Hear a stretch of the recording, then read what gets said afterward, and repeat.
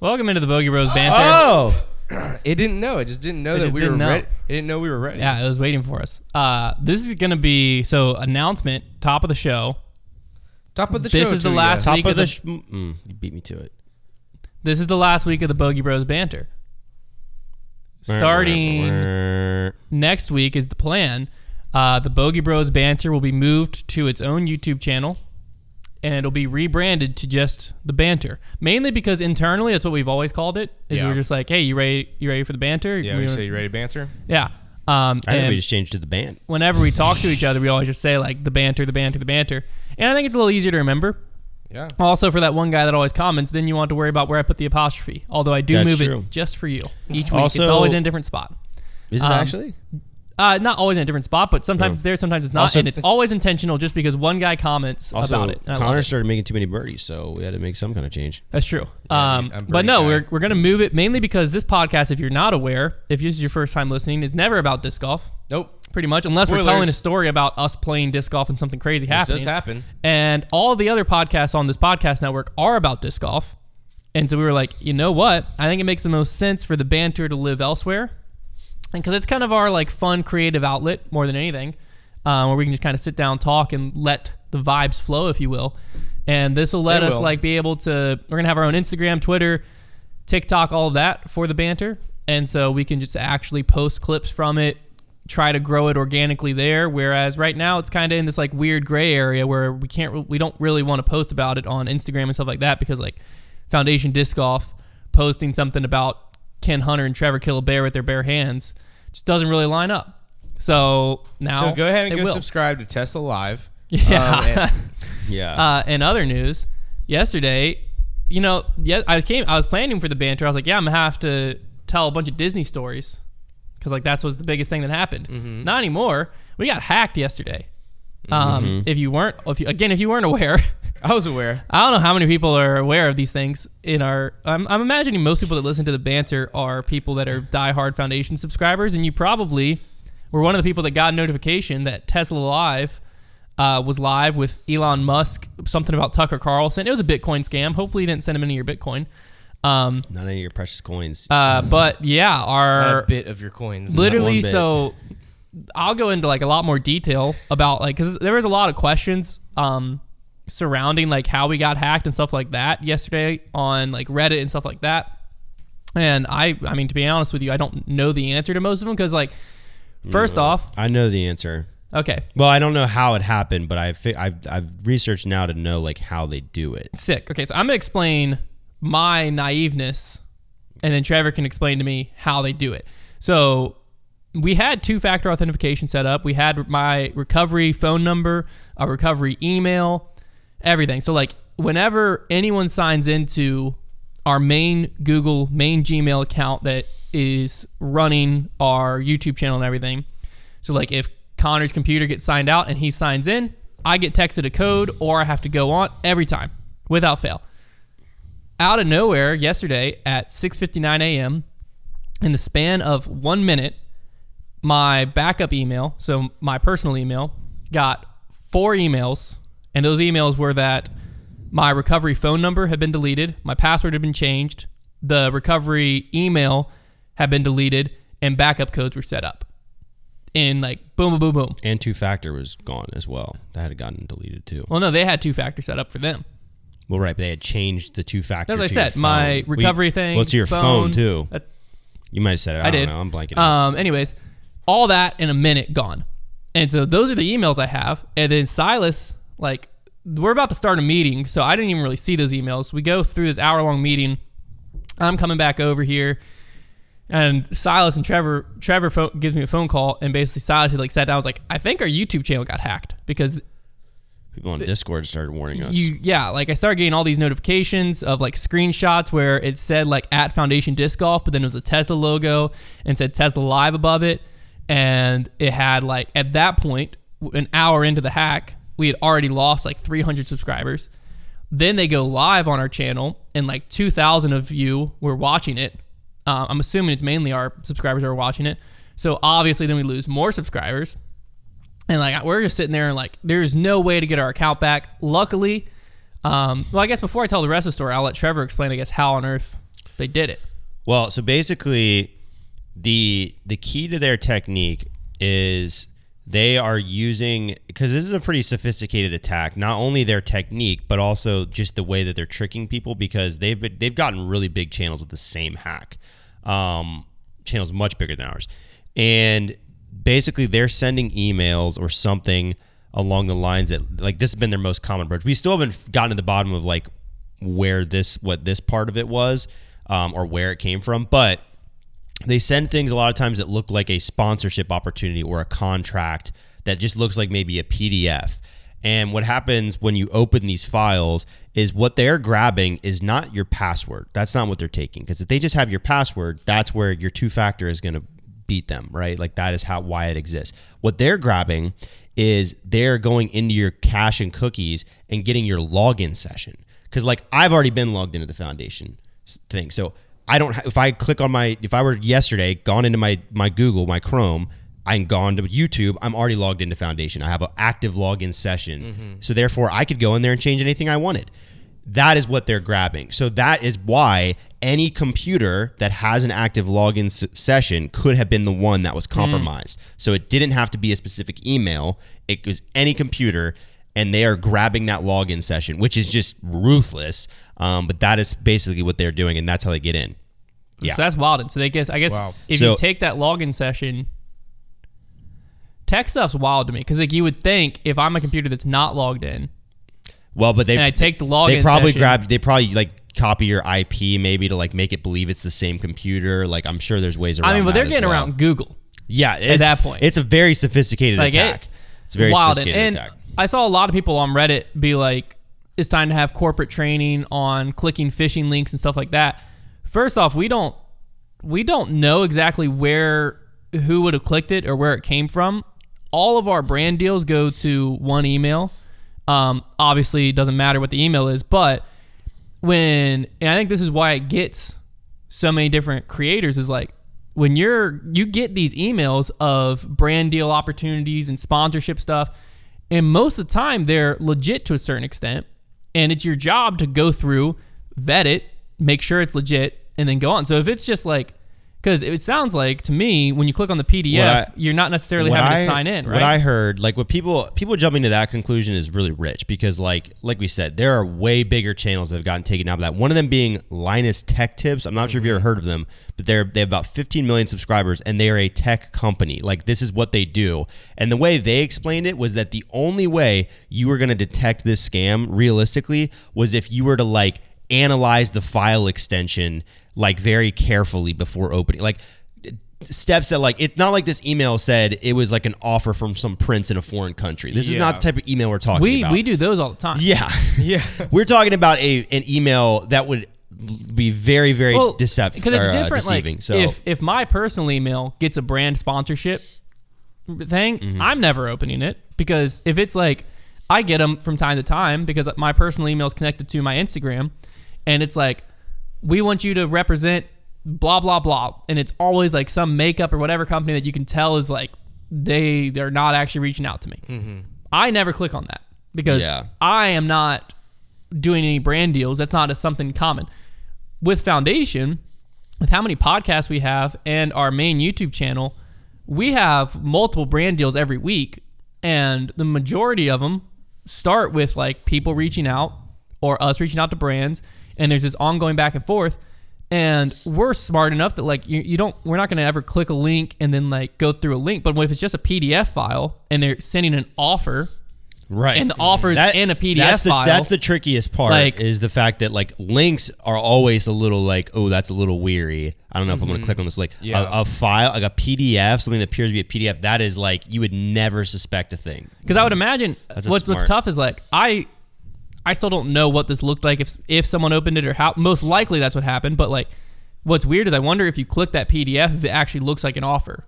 Probably does. Yeah. Like if you just like click on it. There's probably no reason to raise the alarm. Like that's probably part of it. Well, obviously no alarm was raised. But regardless, thank goodness. I guess I'll walk through the story post that now. So by like 8 a.m., we are well aware that we have been hacked.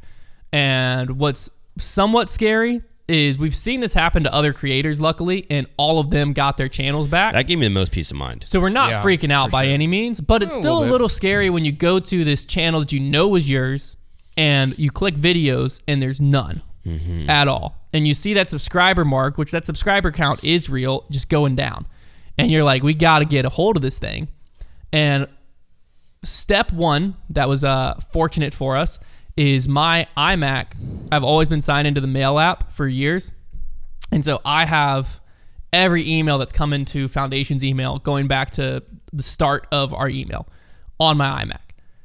Luckily, Google or Apple's mail thing, when you get signed out, it doesn't delete your old emails. Like if I were trying to sign into Gmail and I can't sign into Gmail, I just can't see my old emails. On an iMac, I can see all my old emails. So I could see up to like whenever I last refreshed it, because I don't really use it, but it was like into March or something.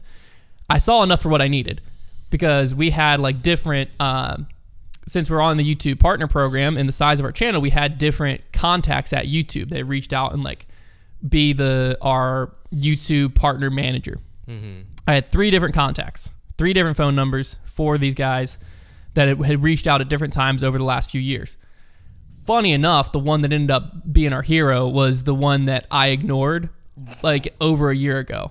It was, or about a year ago. It was July of last year. And I like tried to set up a time, and then it was while we were in Charleston, he responded and was like, did any of these times work? And I just left him on red. I never responded, apparently. I didn't know that, but I was looking at our email chain and I just never talked to this guy. The other 2 I'd had phone conversations with. So I immediately, it's 8 a.m. They're all 3 on the West Coast is the problem. Immediately call all 3 of them, leave a voicemail with all 3. I can't stand West Coast time. Because it was 5 a.m. their time. So I knew they weren't going to be up. I was hoping one of them was just an overachiever and took a phone call in a gym for some reason. But none of them pick up. I leave a voicemail with all 3. And then I like started trying to call Google. You can't talk to a real person at Google. It makes sense because probably the majority of their calls in our situation of I'm locked out of my account would be a grandma that forgot her password and doesn't know. And if they took those calls every day, they'd be paying millions of dollars in customer support for basically no reason. So I understood why I couldn't get in touch with someone. I was still frustrated. I mean, it took me like 25 minutes to find Google phone numbers anywhere. And so I got their like Atlanta headquarters phone number, their Washington, D.C., their New York, all the East Coast time phone numbers. Called them all. Tried everything. I was like willing to just talk to someone in their like fraud department of Google Pay. Because like if I can just talk to a person, and they can transfer. Hopefully they can transfer me. I couldn't get a person on the line. Wow. All I could do was leave messages with reception. And so I was like, this sucks. It sucked. So I called everyone I could think of, and then I decided, I was like, you know what? Because at this point, Brody's also texting his YouTube contacts, and he had tweeted at Team YouTube on Twitter. And I was like, you know what? Let me just text some of the people I'd called. And so for some reason, the first dude, I texted him. And I texted him, and in between my text to him and him responding, Brody started DMing with Team YouTube on Twitter. Pretty sure it was an AI bot, but they were getting through different steps, and we had some relief because, like, okay, steps are being taken. And then finally my dude responds and immediately was like, we see what's going on. I've escalated this to our hijacking team. It's going to be top priority. They're going to pull your channel down. So by about 11 a.m., our channel is suspended from YouTube, completely gone, which was a relief. It doesn't sound like a relief, but it was a relief because no one can unsubscribe now. At that point, we had already in that window now, so about 3 hours, lost close to 1,000 subscribers, if not 1,000 subscribers. And we were aware that the last number we had saw was about 700, and I think it ended up getting close to 800, somewhere in that range. But so we were glad that the account was suspended because now we can work on it. We can try to prove we are who we are and get our account back, and the damage is done. Just leave it. So he starts this process, and it was a little bit of a tough process because you need to fill out this hijacking form to provide as much data as you can to prove you own your channel. But to access the form, they want it to be coming from the email that owns the channel for some reason. And I was like, hey, not sure if you read the first messages. I can't get into that email. So then it was like a 30-minute hour process of trying to get my personal email access to the form for Foundation. And so we went back and forth, finally got it taken care of. And then I go to fill out this form, And this form needed so much information that treasure hunt. I should not have had access to. It was a treasure hunt. And fortunate thing number 2, Brody had, when we were looking, just frantically searching for what we needed, Brody had found this tweet, and this guy had tweeted and said, if you ever get hacked, these are the 4 things about your channel you're going to need.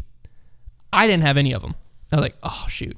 But one of them was your channel start date. And at this time, our channel was still active. It was just Tesla Live. So I went to the About and I screenshot when our channel started. I was like, you know what? That way I have it. And then in the process, before I get to the form, our channel gets suspended. So had I not screenshot that, wouldn't have had it. Wow. One of the things I needed on the form. Another thing I needed on the form, our channel ID. So with YouTube, if you haven't done YouTube, you can basically change your link to, instead of saying youtube.com/user/c/ and then just a huge long list of letters and numbers, you can change it to just be youtube.com/foundation disc golf. So obviously we had done that. So for years, that's how we had operated. If we linked to our YouTube channel, it's just /foundation disc golf. What YouTube needed is the / all those random numbers. So now we're sitting here and I'm like, I'm never finding this channel ID. So I go onto Facebook, I'm scrolling back, I'm trying to see, did I ever, because we created our Facebook immediately after YouTube. When we first started YouTube, I didn't know that link thing existed, so I knew there was a period where we had used our channel ID link. Trying to find it, can't find it. Silas, the genius man he is, goes, well, did we collab with anyone back then? Was there anyone we collabed with that would have linked to our original channel? So immediately we were like, Paul, Brody. Well, we thought Paul first because I was like, we didn't start with Brody till 2020. I don't know. So Trevor starts scrolling back on Paul's timeline. And I'm like, well, let me just look at the first video we ever did with Brody, which was Urban Disc Golf college football stadium thing. Go to that video, and Brody, that sweet, sweet man, had linked to us back then. This is before Brody even he just got into disc golf, so he didn't owe us a link in the description, but thankfully he put it there. And there it was, our channel ID. So boom, had it. Could use it in the form. Easter egg hunt. Scroll down a little bit more. Now it needs our AdSense ID, which is a 15-character thing. And again, I can't access our AdSense account because it's through our main Google account. So I'm like, oh my gosh. So I go and check our bank statements, and there's an ID there for every time the AdSense payment comes through, and it's always the same ID, but it's not 15 characters, not even close. It's 10. I'm like, this isn't the number. So I'm like, well, this sucks because this is all I have. So I was going to put that, but I was like, let me just try to find this. So again, thank goodness, Apple's mail doesn't delete emails.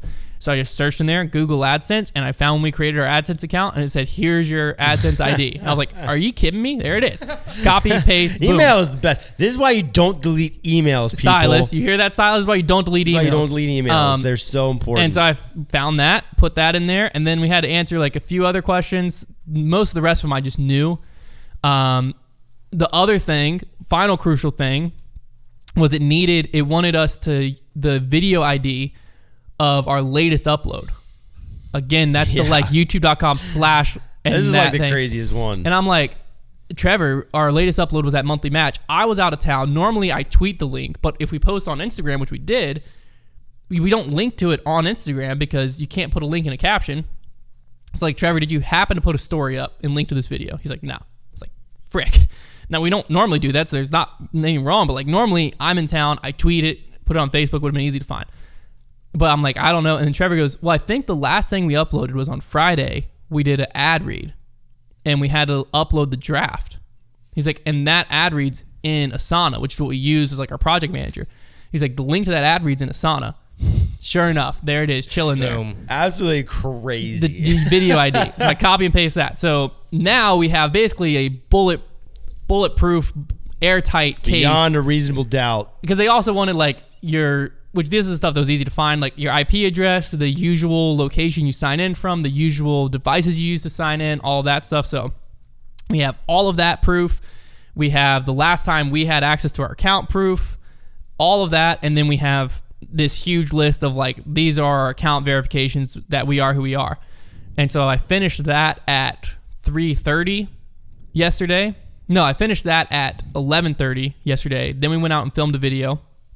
Weird time to film a video, by the way, because you're like, hope we're filming for a channel. Yeah. Went out and filmed a video, And then by the time we finished filming that video, I got an email back from YouTube support team saying, use this link as soon as possible to recover your your Gmail account. Once you do that, let us know. And so I came back here, recovered the Gmail account. I had to send them the YouTube link, like where I signed in from, IP address where I signed in from, location, zip code, all that stuff, so they could verify like, okay, this is the right person that just signed in. Mm-hmm. And then, so that was at 3:30, and at around 6 or 7-ish, I tried signing in on YouTube, and I was in, but it was still the Tesla Live, so I needed to like then go in and change everything back. And so my son's sick, so I was like, okay, once we get him down, because I'm not going to leave my wife to take care, because my wife's also sick. I was like, I'm not going to leave my sick wife and kid together so I can go fix this YouTube channel. So I got him down in the bed, and then in like 9 to 9:45-ish, went in, republished all of our videos, put our channel back together, and there we go. That was yesterday. The end. That's the end. Shockingly, I mean, it was resolved. This is a huge shout out to YouTube, mainly Jace at YouTube. It was resolved from the time that we realized we got hacked at 8 a.m. till I got back into our YouTube channel was less than 12 hours. Yeah, it was pretty wild. Pretty darn quick. Because there's this YouTube channel that I follow that's pretty big. Their main channel's like 20 times the size of ours, but their podcast channel's as big as our main channel, and it happened to their podcast channel. And I DM'd the head of it, and I was like, hey, what you went through like a month or two ago, we're going through right now. Do you have any advice? And he literally was like, dang, that sucks. Just follow what YouTube says to do. Just so you're aware, it took us 10 days to get our account back. Mm-hmm. That's crazy. And I was like, we were terrified about that. Because like the 10 days, your account's suspended. Mm-hmm. So like there's no ad revenue, there's no engagement, there's no nothing. Like that's a third of a month just gone. And the other thing too is like we not only was it completely resolved that fast, but we had a heads up from them saying that, okay, it's taken down and you should have everything back in 36 hours. We had that message by like 10, 11 o'clock. Yeah, by like 10 or 11 a.m. So like by 10 or 11 a.m., we were kind of like, okay, I think we're just going to be fine. So like we at least had pretty good peace of mind in like 2 hours. Right. It was wild. But oh man, it was pretty scary for a few hours there. Mm-hmm. Yeah, the hours of waiting for the West Coast to wake up. Oh, that was like, so irritating. I have never been more spiteful towards West Coast time. I've only ever been on West Coast time once when I was in Vegas last year, and I never liked the feeling that the rest of the world was ahead of me. I did not like the idea that like the East Coast is ahead of me in life right now. They are currently beating me in life. They are ahead of me. Things are happening for them ahead of time. I didn't like that at all, especially because like I'm calling my wife. She's like, yeah, I already ate dinner and went to bed. I'm like, I didn't like it. I didn't like it at all. And this is when I really felt that effect is like things are happening over here on the East Coast. Like we need things to be moving. Mm-hmm. Like the rest of the world is the east part of the world. We're awake right now and trying to live life. You guys need to get up. We're on that grind right now. Like I feel like that's why a lot of people have headquarters like in New York. Like does Google not have New York? They do. Yeah, New York, Atlanta. I guess just all of our reps just happen to be all in of the our West reps Coast. are in Cali. We had one in South Dakota, but I don't think that mattered. Gosh, man, that like I was so angry about that. I was like, what the heck, West Coast time? It was ridiculous. Yeah. I mean, it was pretty scary there for a second. It was all resolved though. Because it was a good feeling knowing that it happened to other channels and they at least had all that their was videos probably back and the stuff like only that. thing that gave me a little bit of peace of mind because I never got to full freak out. I was just because of that. I was just like, this really sucks and I feel awful right now. But I was never like literally freaking out like, oh my gosh, like this whole channel is gone because the same hack had been so common and everybody else seemed like they got their videos back. So I was kind of like, okay. And the big realization we made is when we went to a link of one of our old videos, it said that it had been made private, not that it was deleted. Yeah. And that was kind of like, okay, their videos should still be there. But there were just enough things to help us kind of hold on to our sanity because if like one more little thing of bad news and we would have been spiraling. You guys would have been rioting in here. You guys watching and listening right now, understand that this is our job. Like this is our job got hacked. This is our basically. income. Like if this channel doesn't make money, we do not have a living. It would basically be like if you worked at, let's just say you were a car mechanic and you had your all your tools stolen.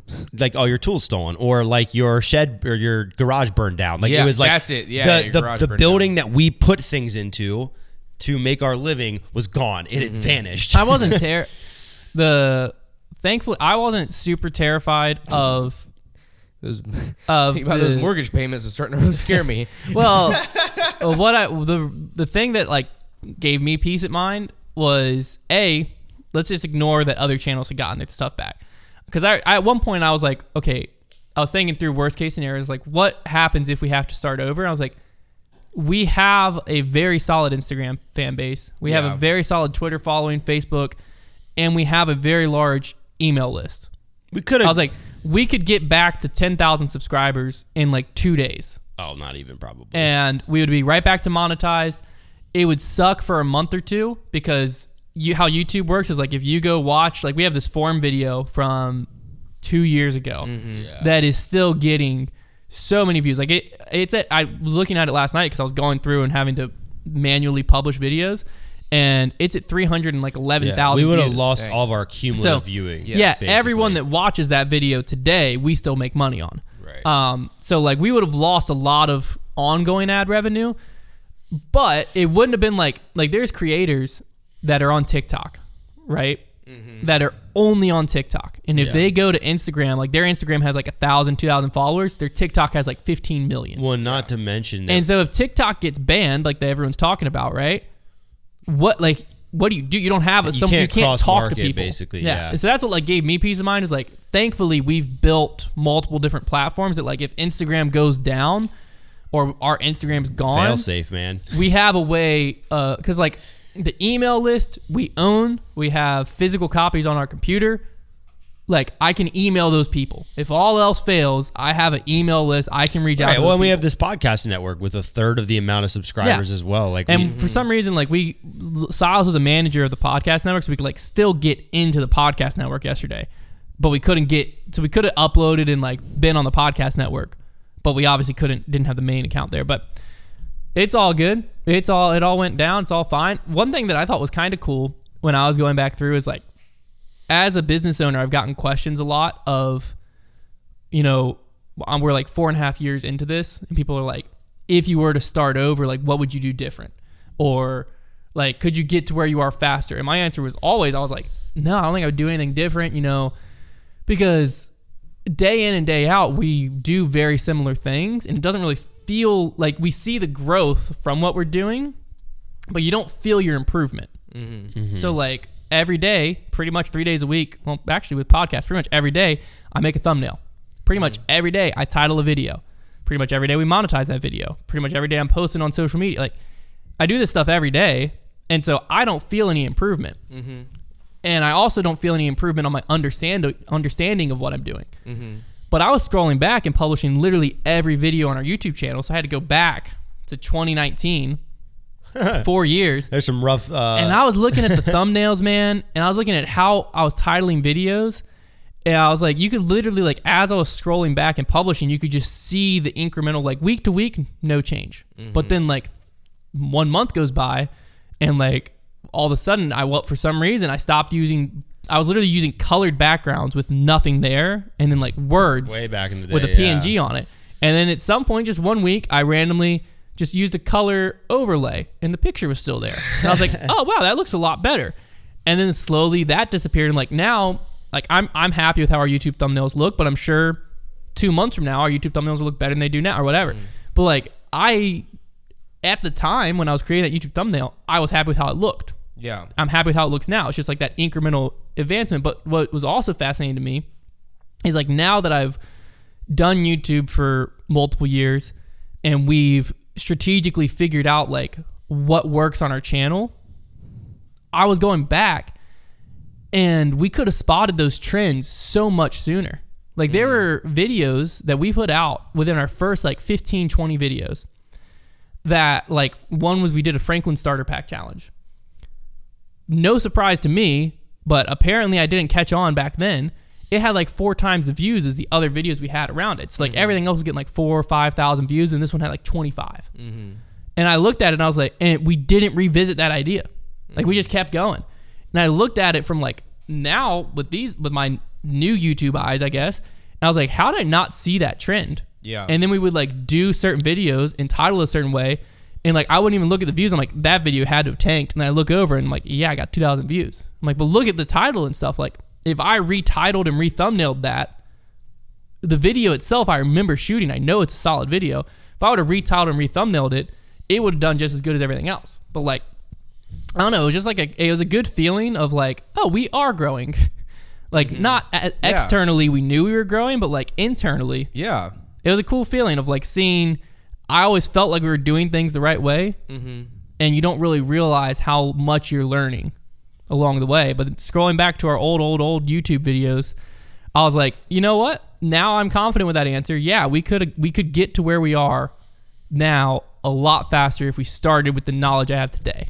Certainly. Mm-hmm. And I don't know. It was kind of a cool little realization. It's kind of a cool opportunity you get. Yeah. Maybe you needed I don't like that. how I got it, but you know, it worked out. Sometimes you don't like how you get those wake up calls, you know? Yeah. Yeah, it's cool. But you know, we're back. Hopefully our subscribers will come back. I'm sure they will. The 1,000 that pieced out. Because a lot of people I saw like on Reddit and on Facebook and stuff, there were so many comments that people were like, oh my gosh, that was them. Like, yeah. I just assumed I got auto-subscribed to something, which is exactly what I would have done. Right, like if I saw someone go live and I clicked on it and then I was like, why am I subscribed to this Tesla live? I would have unsubscribed. Yeah, that's what every Friday or so, like I see like Foundation goes live and there's some guy just like showing frisbees off. And I'm like, and then I just unsubscribe. That's funny. Thanks, man. But yeah, how was yesterday? Last week I was at Disney. Give us a nice little Disney recap. Well, first off, I saw a comment. How was it having a kid there? Yeah, I saw a comment on the Banter 2 weeks ago, and they said, "Gosh, Hunter makes having a kid sound awful." And I was like, you know, maybe I don't remember what I said on that Banter. Well, I mean, if you listen to us doing the Banter, if you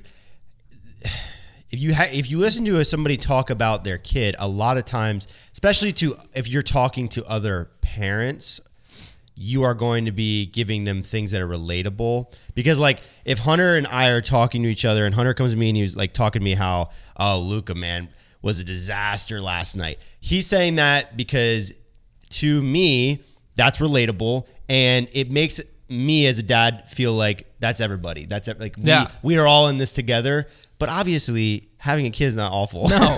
And so it's just I'll try to today when I talk about Disney hit on the good parts of having a child at Disney. And I try and not do that. Whenever I just didn't even realize it. I never try to be the guy who's like, because I can't stand. I really don't like when people are like, oh, you just wait till they get to this phase. Like, oh, you just should be horrified about it. Because, like, that's just messed up. Like, that's not how you should treat. I posted on my story gauntlet.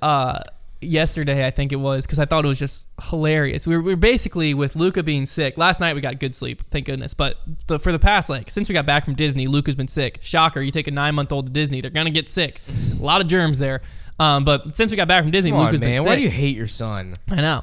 And when you have a sick kid, you got to be up a lot with him because he can't breathe out his nose. He's coughing. His body aches, whatever. And they can't communicate to you, so it's hard to problem solve. So you just feel awful for the kid. So you're up a lot. And so last night, or 2 nights ago, posted on my Instagram yesterday, I got 5 hours of sleep. We were in the bed, though, for 8 hours. And throughout the night, I was awake for 2.5 hours. And I got 10 minutes of REM sleep. So no good sleep to be found. And so I just posted on my Instagram story. I was like, gotta love having a sick kid. First DM I get, just wait till he's teething. And I was like, first off, my son already has 2 teeth. And he's got 2 coming in that just, actually I'll show, I don't know if my wife would want this picture of my son out to the There is a lot webs, of parents who take so much pride in parenting, for them, I guess, being miserable. They love look at these around. 2 teeth. Coming through right now. Those look painful, dude. If I zoom in far enough, look at those 2 things coming through right now. Painful to put through. My son's teething, okay? So I don't need to wait. I'm there. But anyways, I thought that was to your point of that was the first DM I get. It's wait till he's teething. You think a sick kid's bad? How about hey man, you'll get through it. It's okay. It's such a joy. Encourage, you know? But anyway, so gosh dang. what I was probably talking about was dreading the flights, I would imagine, on the Banter before. And so flight number 1, Jason, who works in the warehouse, gave me some great advice. Because we were talking about, like, I was like, yeah, my sister's bringing, like, a lollipop for her 1-year-old to suck on because, like, when you go up to altitude, they need their ears to pop and they need to suck on something. I was like, obviously, Luca can't really suck on a lollipop yet, so we're just bringing his passy. And Jason was like, it's ideal if you can keep them up, make them not take a nap yet. They'll get cranky, but it's better to have them cranky at the airport than on the airplane. And then on the airplane, as you're taking off, give them their bottle. Because then they're sucking on something as you're getting up to altitude, and it's their bottle, which will help them take a nap. Because he had traveled a lot with the kids, and he was like, that is like the best way to do it. So flight number 1, bottle prepared, bottle warmed, sitting there. Luca's happy. Luca's ready to go. It's like 5 a.m. though, so I know he's exhausted because he's been up since 3. And we're at the airport. We start taking off. I hand Liz the bottle, gives him the bottle, out like a light. First flight, hour and a half down to Atlanta, sleeps the whole time. That's a great time. I'm like, this kid's a champ. Problem was, in Atlanta, we had only about a 45-minute layover. Not enough time to get ready for another nap. He just woke up from his nap, and so now we're flying from Atlanta to Orlando, and he doesn't need another bottle, definitely doesn't need another nap, but we have another hour and a half flight. This flight is at a higher altitude. So we get on this plane, and, you know, we take off. He's happy as can be. He's, like, watching Mickey Mouse on the screen in front of us. My niece is sitting next to us, so she's, like, loving and entertaining him. And then we get to about 28 to 30,000 feet, apparently. Someone told me this on the plane. As my kid's screaming, they told me, this is why your kid's screaming. I was like, thanks.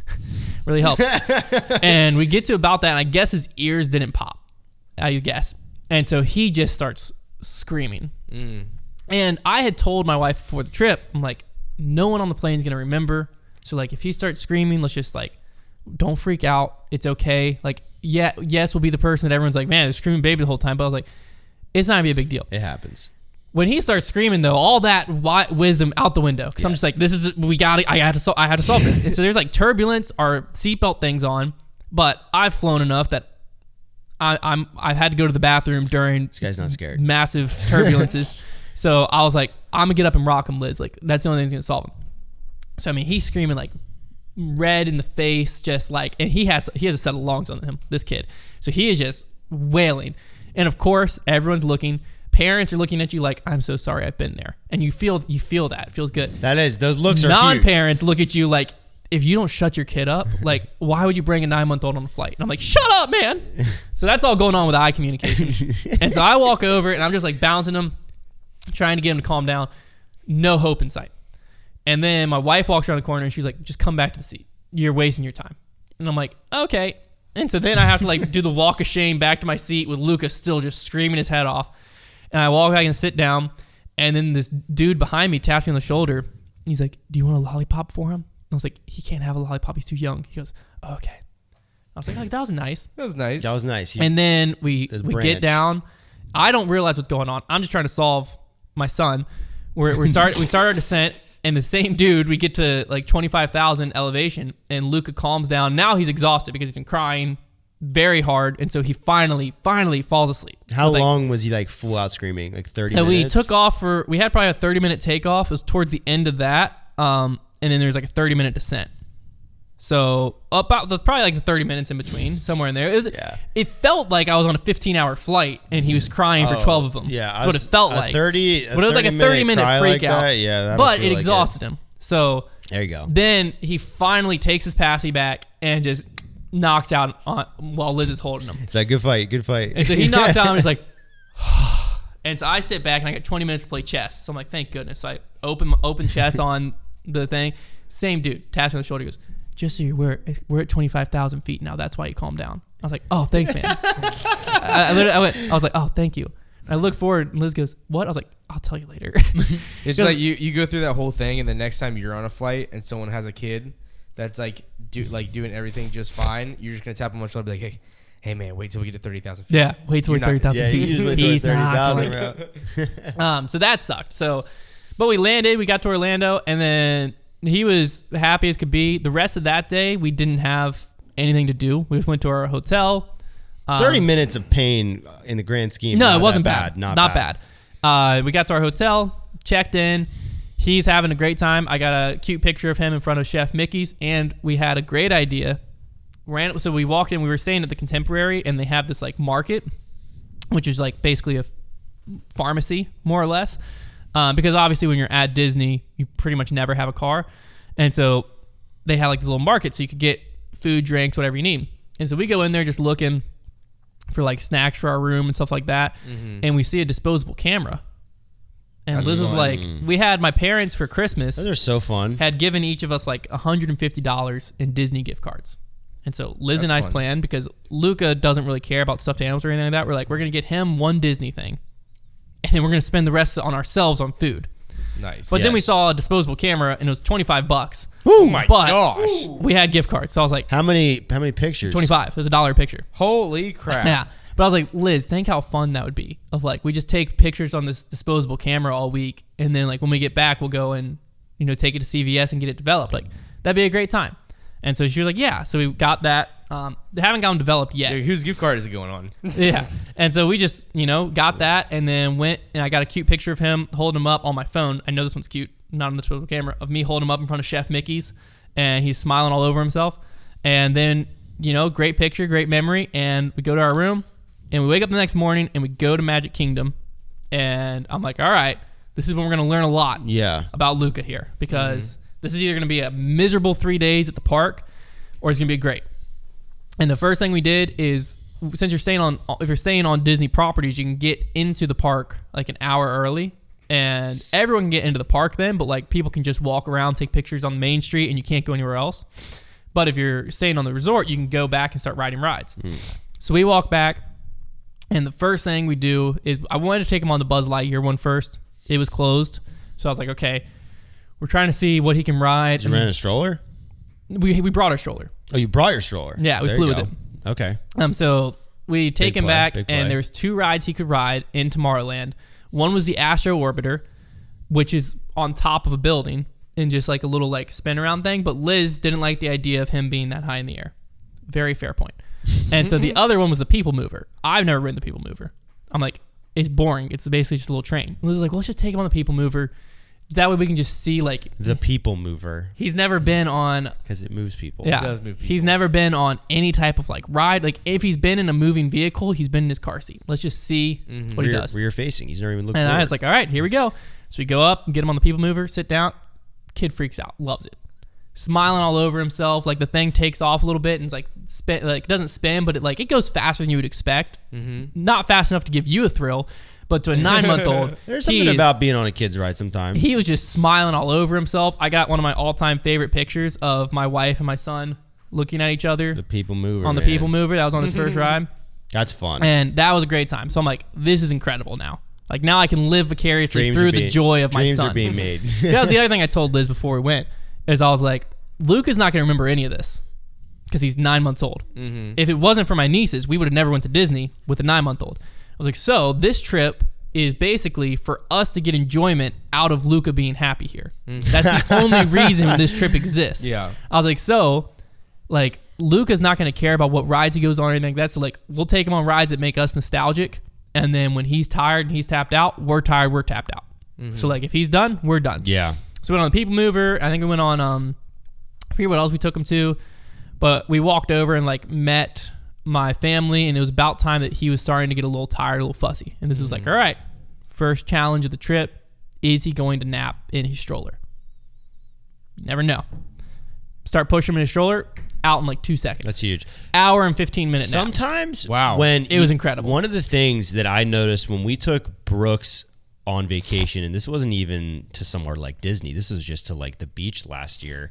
And at this point, he would have been 7 months or so. When babies are just stimulated super Yeah. heavily for quite a while, whether socially or there are just so many things to look at, which at Disney there's so many, it just tires them out. Yeah, he's they exhausted. just nap like champs. So what was great is that what Liz and I love about Disney is obviously we weren't riding any rides. That goes without saying because like Goes without saying. there's 4 kids there was 5 grandkids there and my parents. And so the adults that wanted to ride rides, you had to just dump your kids with my parents. Yeah, that's a lot of grandkids. And I was like, I don't want to do that on my mom and dad because like they've already been on a Disney trip where grandkids were dumped on them when my nieces were like 1.5.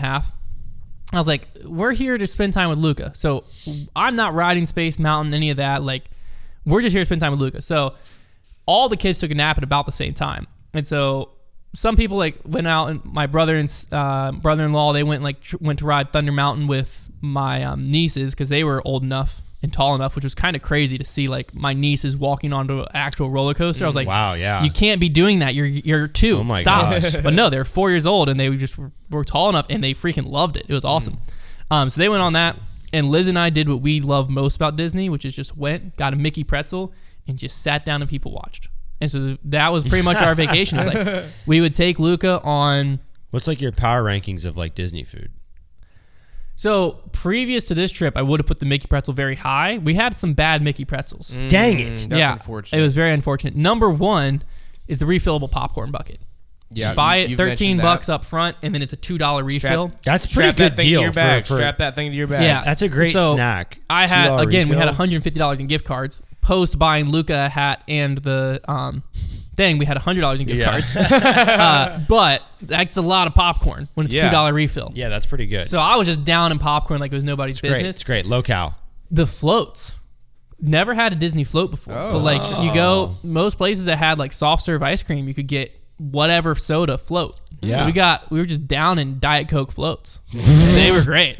They're incredible. I've And never healthy. heard such of that. No, Yeah. not healthy. Diet But Coke. you got so much ice cream in it that I was like, I can't put Coke in this. How many Yeah. hidden Mickeys did you find, man? I didn't look for them. One of my favorite things is seeing people. There are obviously a lot of like the hidden Mickeys, like that's a thing. But there are people on social media that like swear they see hidden Mickeys places that like that's not a hidden Mickey, and like people are like think it might be an actual disease, like That's people might, funny. like some kind of schizophrenia or something. That's funny. I was gonna say Dole Whip's definitely up there. I've heard that's a pretty popular one to get there. But the Dole big Whips. thing that I had never had before is at Animal Kingdom. There's one cart.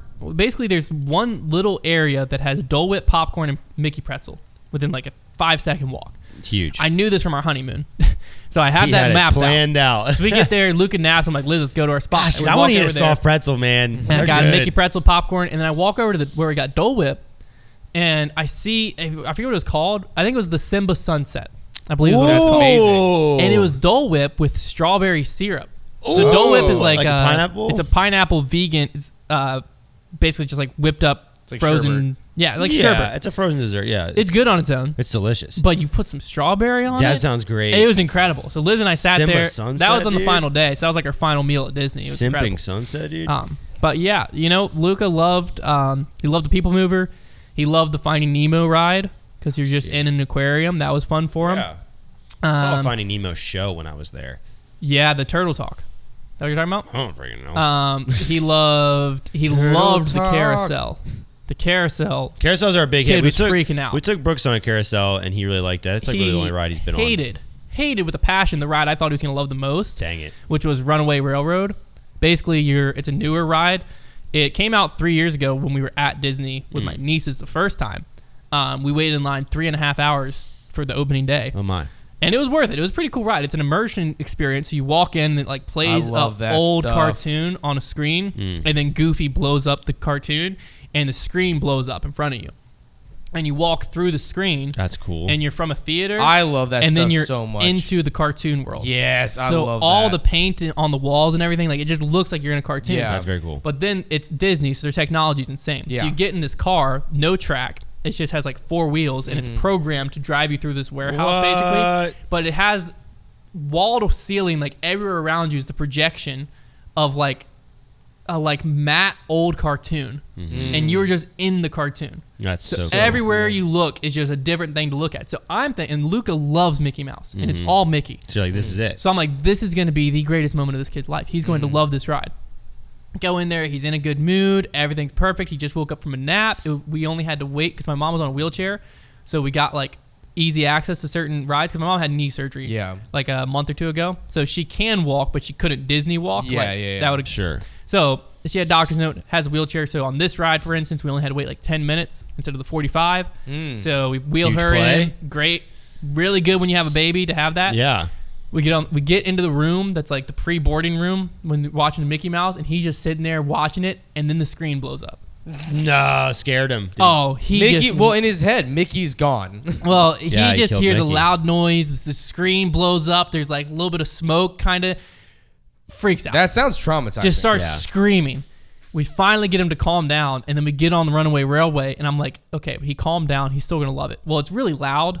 Game over. Yeah. The whole time. He's just... So instead of me getting to enjoy the ride, I'm just looking at him like, buddy, calm down. It's okay. It's okay. And Liz and I are passing back and forth. No one could hear him crying because it was loud in there, but you know. So he didn't like that. But Dang. I was getting a lot of them he loved. One of my favorite, that's like my favorite kind of rides. Is like I'm a huge fan of just like straight up roller coasters, but the ones where they like fully immerse you in another world. Yeah. There's this ride at Universal. It's not a ride because you're standing the whole time, but there's this thing at Universal. It's like a Poseidon thing. Like something like that. I don't know. But you walk in and there's like the big rocks and the waterfalls and everything. And you walk in and you're just standing in like, it feels just like the room that you go into before you go into the laser tag dome. Yeah. Whenever you're in like the debriefing room or whatever. Love that room. Yeah. So, but there's no guns on the walls. You're just standing there and there's just like a TV you're there. And so your like person is like your tour guide. And they're just talking to you about like historic like Poseidon things and stuff like that. And then they like say something, and then all of a sudden the lights black out, and then there's this huge flash of lightning, and like you're in a room probably the size of about this room. There's the lights black out for a split second. It's not like, whoa, what's going on? You don't have time to think. Blackout, lightning, and whenever the lightning flashes, you realize that you are in this warehouse. Like you're like it's like. Because what happens is whenever it blacks out, somehow the walls just disappear. What?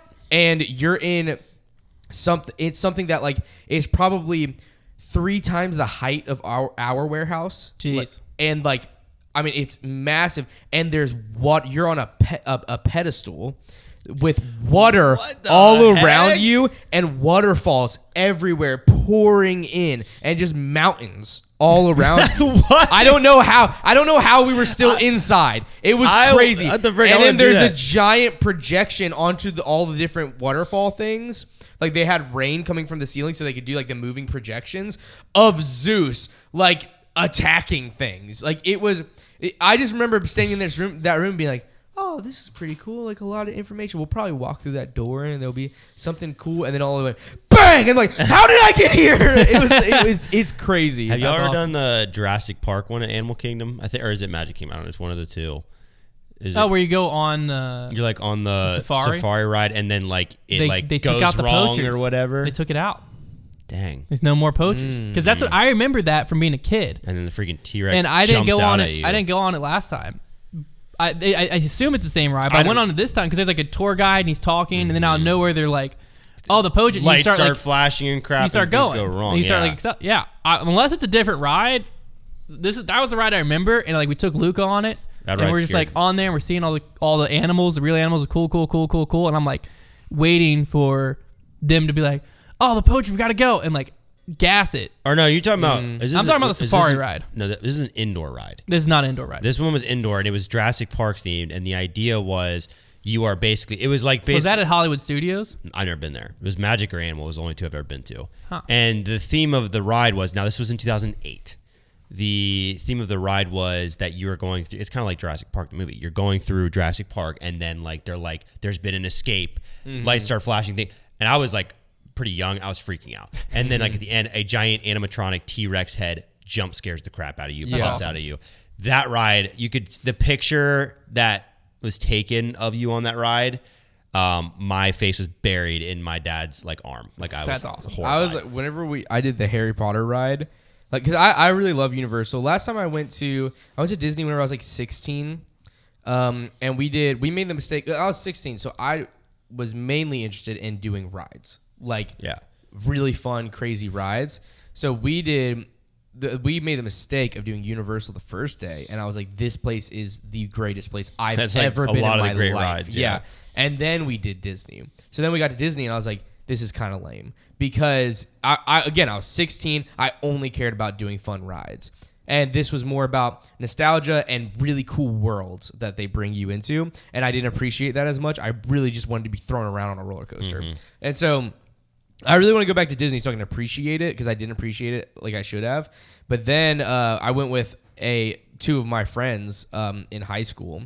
like probably my senior year, maybe junior year, I'm not sure. But we went with my friend's family, and we just went for the day, and we just went to Universal.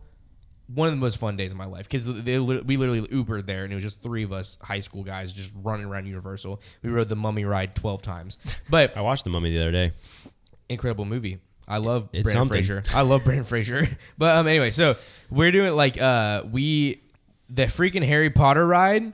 Dude, don't make me jealous, bro. It is, first of all, Harry Potter World is probably one of my favorite places on earth. Harry Potter World is pretty much like the number one destination that I want to go to. I could hype it up for you every single day for a year until you went, and I would still be underselling. I'm not going it is in a incredible. But But I don't know when I'll ever go. but it's really really cool. And anyway, That's what I need Harry to play Potter. for Break 68, a trip to hit Harry Potter World. Okay, we can make that happen. I'd freak out for that. The Harry Potter ride, the line is through Hogwarts. Yeah. And it is the most amazing. You are in Hogwarts. You are there. You were absolutely there. And there's actual magic. It's not technology. It's actual magic. And so you get on this ride, and you're riding it like a broomstick. Mm-hmm. And there's such a crazy mixture of practical things jumping out and screens that you have no idea what's real. Disney their amusement parks are the masters of ridiculous. effects. They're That's so good at them. It's The incredible. Avatar ride. I'd watched the Avatar movie once, the first one, once or twice. So I didn't really care. Yeah. But Animal Kingdom, they turned one whole side into what is the Avatar world called? Pandora. Yeah. So you walk in and like massive rocks, obviously they're not real, are just floating above your head. It's crazy. Just like held on by like a vine looking. And you're just like, where am I? But then the whole line, when Liz and I, we didn't get to ride Avatar this time, but when Liz and I went on our honeymoon, we waited in line hours, multiple times to ride this ride. Because the line, you're like walking into this cave. The wait is fun. And then you like, once you get into the cave, you walk through these doors and you're in like a science lab. Yeah. And they're like growing all this weird mystical plants that look real. And then out of nowhere, you're in the actual science lab and there's an avatar laying in front of you, a full 10-foot long avatar. And they're like telling you all about it as you're walking through this ride. And then you go into like a debriefing room where they're going to link you with your avatar. And what's crazy about this ride is we waited like 3 hours, 2.5 hours at least every time we rode it. But the ride itself has to sit 100 plus people. Like the amount of people that go through that room is crazy because you go into your own debriefing room and there is like 3 stories of debriefing rooms and there's like 6 debriefing rooms on each story. Because each time we went to a different area of the debriefing rooms. I was like, how is this a new place? But it's a long ride, isn't it? It's a long ride, yeah. Yeah. And so you walk in the debriefing room, it's you and like 6 other people. Okay. You stand there and it like scans you. So like this like laser comes down over the whole room and like scans you and it like has like literally you on a screen spinning. It's kind of cool. And then cool. It's like, all right, you've been linked with your avatar. Look down at the number and go to that seat. And so you look down at the number and you walk in and you sit on this like avatar looking motorcycle. And then once you get on it, they tell you like, all right, you will now be linked. And this thing comes up behind you and like pushes you in to the seat. And then as that happens, the like panel in front of you opens and it's just a full immersive screen that's 3D. And the thing between your legs starts breathing at the same rate as the breath you're hearing from the avatar. Or from whatever the animal avatars ride, because you are the avatar now. Yeah. They're like dragon thing. It's like breathing between your legs. And so none of it's real at that point.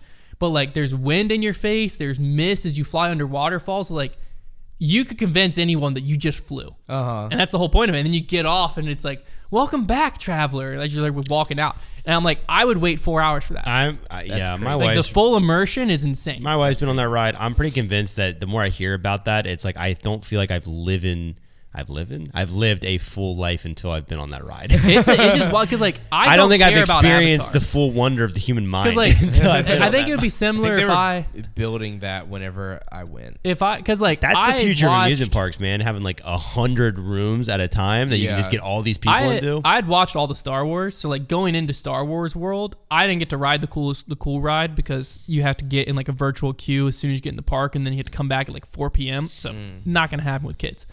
But walking into Star Wars World is a crazy experience because you like go to the bar that like I forget what. I'm not a huge Star Wars nerd. At Mos Eisley. But like as you're walking through, like stormtroopers randomly march through. Like every hour, there's like a freaking lightsaber battle that goes down. Cool. Like you're just walking in and you were just in Star Wars. You guys should have stayed on the. Have you seen the Star Wars like Disney property hotel thing? I've seen that. It's funny because like obviously it's very realistic and like looks cool, but at the end of the day, it looks like a space prison. Yeah, like people terrible. pay a lot of money to stay in this thing that looks like a space prison, and like I don't think there's windows. Yeah. Well, because it's real, like, it's realistic. Right. It's meant to be like very immersive, but it's kind of funny like to see how much people are paying to sit in it. So I'll wrap up the banter with final day drive home. Gosh, dude, I just want to go to Disney now. Me too. I'm going back in January for the marathon. That was the other thing that was a crazy realization. Was I was walking through because like the marathon runs through each park. That's going to be such an entertaining run. It will be. And so we were like walking through Magic Kingdom and I was like you run through Cinderella's castle and like all that. So like I was walking, I'm like, yeah, we run up this, blah, blah, blah. And then we get on the bus to go to Animal Kingdom and we drive for 20 minutes. And then I had the realization of like, I have to run all of this. So that was a rude wake up. But yeah, I'm very excited to go back. But anyways, so the final day, I like, my nieces were like, because a 4-year-old, they have to like warm up to the idea of thrill rides every time they go there. I remember when I was a kid, like I had to warm up to the big slide at the pool every summer. Sure. Until I just realized. Yeah, you gotta like remember, Like you see it and you're scared again. Yeah. Oh yeah. So they rode like Big Thunder Mountain and they both loved it. So then they like want to do more rides. So we go to Hollywood Studios and we're in Toy Story World. Incredible immersion again. But then they want to ride the Slinky Dog ride. And Dave Portnoy, Barstool, has beef with the Slinky Dog ride because he talks about like how he's terrified of it.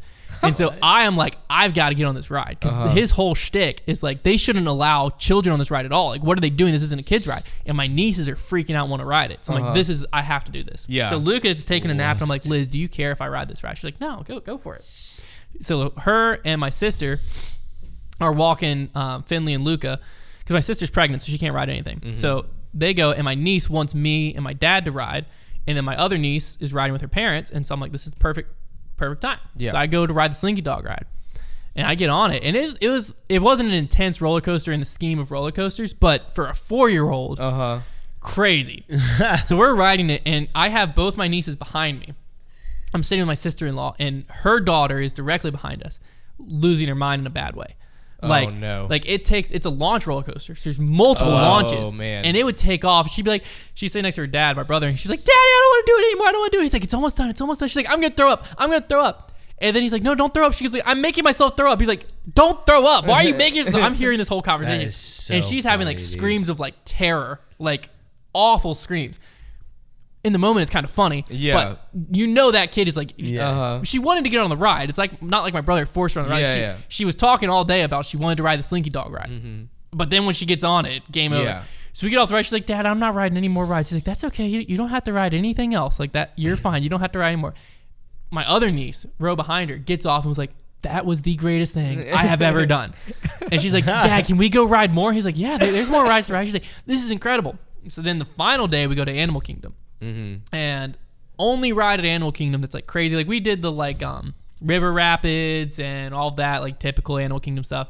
But then Expedition Everest is just sitting there, and we're looking at it, and I'm like, I bet you Lila can go on this ride because Lila's pretty tall, and the cutoff is 44 inches, and Heather's like, she's 43 with no shoes on, and I was like, oh, she's gonna be able to do it. So I was like, Lila, you see that ride going into that mountain up there? She's like, yeah. I was like, do you want to ride that? She's like, yeah, let's go. So it's starting to rain. Okay. And so we're like, oh, Expedition Everest in the rain is incredible. Let's do it. So me and my brother-in-law, her dad, walk her over to Expedition Everest, and we get up there and we start walking in, and the staff member's like, oh, can we do a height check on her? And we're like, yeah. They walk over and she stands up and her head's hitting the bottom, clear as day. And I'm watching, I'm like, oh, she's on. And this dude's looking, squatting, reaches his hand in, pats her hair down and goes, I think she's about a centimeter too short. Like she's like this close. And I was like, measure. Can you measure her again? Like, Lila, spin around and like stand up tall, girl. Like you got it. She stands up tall and she's like really trying to get on. And he like pats her head down. I was like, I'm sorry, I can't let you on the ride. And I was like, what? I mean, to be fair. So we started walking away, and I told my brother-in-law, I was like, any other worker, she's getting on that ride. Because like looking at her, if you don't pat her head, her hair is like, she doesn't have like a pony bun. Or, to be fair, if they let her on the ride and something happens and then they can prove that she was too short, they're in serious trouble. But I was like, and that so you never see anything like that. Usually they just let them on. Yeah, so she was like pretty upset, and so we were like, it's Next okay. Year.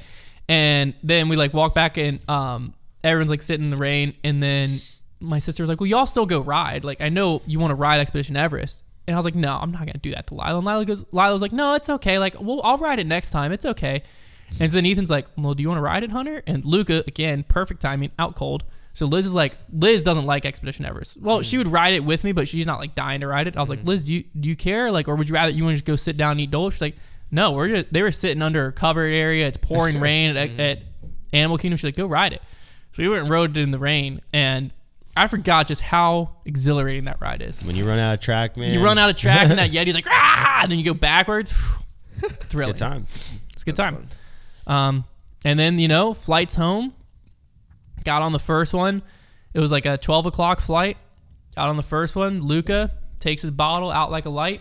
Great. We have a 2-hour layover in Georgia. Get some Chick-fil-A. Sit there. They had a freaking live pianist in the Atlanta airport. We sat next to it for like 20 minutes, ate some lunch, walked over. He played on the floor for a little bit. Second flight, takes his bottle, knocks out.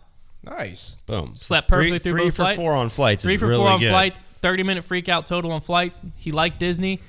Only downside is he got sick when we got home. Well, he was constipated while we were there, but it didn't affect him unless he was trying to poop. It's all those Legos he ate. Yeah. I was going to say. It's great. I know that it feels like you're there just for the memories that you guys have with him, because he's not going to remember any of it. But he's not going to remember the specific things, but it's important for the like developmental stage of like the kids to know that my mom and dad like having fun with me. And so he's not going to remember you guys riding the rides, but he's going to know emotionally. But we have a lot of pictures of him having a blast. That's true. But also he's going to know that the feeling of my parents are having fun with me and my parents are taking me to do this, whether he remembers the actual physical activity or not, he's going to, that like feeling is going to continue until he's for our age. It's that is going to affect him now. I'm very excited in January, because this trip was like, I think it was either my sister or my parents or a collaboration, was like a Christmas present type thing to us, to like the whole family. The whole family's going to Disney, and it's for my nieces, right? Because like my other nieces are both like 1, so they were having more fun than Luca. Yeah. Well, Luca was having a blast, but he would have had just as much fun at his playpen at home. Yeah. Like the kid's just a happy kid. Yeah. So I was like, we would never choose to take a 9-month-old to Disney, but like, I want to go because I want to be with my nieces at Disney. But in January, he'll be a year and a half, basically. I'm very excited for that trip, because then I'll run my marathon on Sunday. We're going to get there Friday, kind of just chill, maybe go to the park Saturday, because like the expo is Saturday. That's when I have to pick up my packet. And then Sunday, I'll run the marathon, and we're going to just kind of chill by the pool. Most likely, Lizzie's family is going to fly in Sunday, and they'll kind of like hang out with pool with us for the half day, because I'm not going to feel like walking the rest of that day. And then Monday, Tuesday, Wednesday, we'll probably go to the parks. And I think a 1.5-year-old will actually like enjoy it. He still won't remember it, but I think he'll actually like enjoy a lot more of what's going on. Because like he liked meeting Mickey, but he didn't understand it. Like he wasn't freaking out. I think he'll really enjoy like meeting the characters and stuff. Also, meeting Mickey, as a kid, I vividly remember going into the theater and like waiting in line, like when I was like 4, to get Mickey's autograph and all of that. As an adult, there's like 8 Mickeys in there. Oh, really? You walk in and you go into like a staging room, and they allow like 10 to 15 people in.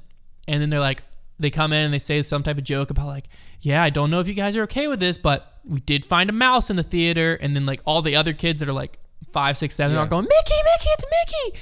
And she's like, it's a well-dressed mouse, but it is a mouse. Is anyone scared of meeting them out? Blah, blah. So like that whole thing goes on. And they walk into this hallway, and it just says like, backstage room 1, I forget what it says, but like room 1, 2, 3, and like this whole hallway is just full of these backstage rooms, and you just open it and there's Mickey in there. And I like looked down the hallway and I was like, Liz, there's 10 Mickeys in here right now. Like they're just cycling people through. No, because it's just meet Mickey. This line is just meet Mickey, and then there's a separate line for meet I think Donald Duck or Minnie might be the other one. There's one other character in there, but regardless, there was like 10 rooms, and you could like hear people in other rooms. But like Mickey doesn't talk, obviously. So Yeah. There's the pictures of me. kids don't have any clue. There's pictures of me when I first went to Disney. I was like 2 or 3 years old, and we went to meet Cinderella, and that was the most flustered I think I've ever been to this day. Was meeting Cinderella as like a 3-year-old. I was so funny. embarrassed. I'm pretty sure I was 16 whenever I met Cinderella, and I was embarrassed. I was incredibly My sisters flustered were as a 3-year-old. like, "Oh, let's take a picture of Konner," and I was so embarrassed. I don't know why, but I was just like, I'm pretty sure my face was so red. I was so uncomfortable. I feel like as a 16-year-old, I would have been uncomfortable meeting. Yeah, it was so uncomfortable. Like, Cinderella and them, they're just people at Disney. Yes. Yeah. Like they're dressed up. Yeah. But that is a 25-year-old or 20-year-old girl. That's and not, you got freaking redhead Konner with a beanie, skinny jeans, and a chain. it's not like Mickey, Minnie, Goofy. They're all in like costume.